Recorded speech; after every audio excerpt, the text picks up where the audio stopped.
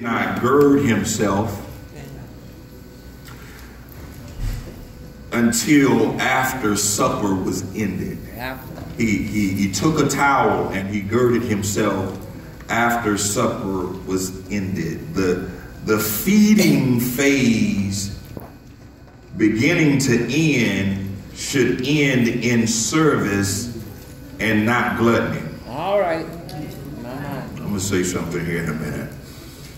The feeding phase that had ended should end in service. As a matter of fact,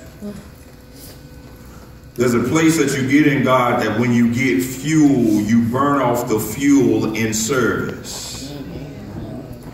See, God doesn't feed us for entertainment. He doesn't feed us for enjoyment or just for you. He feeds us to serve. That's right. Somebody say serve. Serve. Now I pause for a minute because I didn't run out of words to say, but I wanted to soak. I wanted to marinate because he feeds us to serve. Let me give you some insight here. The Bible says he'll give seed to who? The sower. And I do not, he said, I don't give seed to the collector. I don't give seed to the person that's just decorating. I don't give seed just so people can look good, but I give seed to the sower.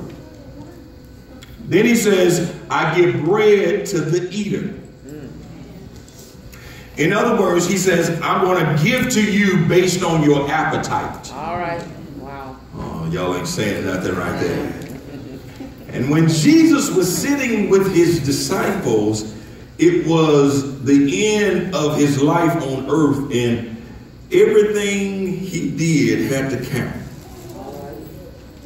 Let me ask you this. If you knew you only had a few years left to live, would you argue with folk about foolishness? No, sir. Would you worry about some of the stuff that you're worrying about right now? You knew you only had a short time left. Would you spend all your time trying to figure out what's going on with the drama? All right. All right. Or would you prioritize at the highest level of priority and get to being about your Father's business? Yes, sir.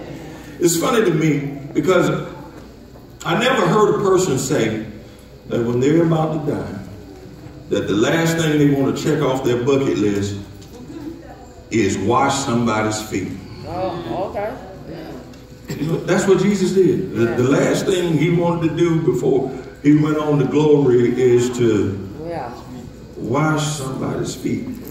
That's mind-blowing to me.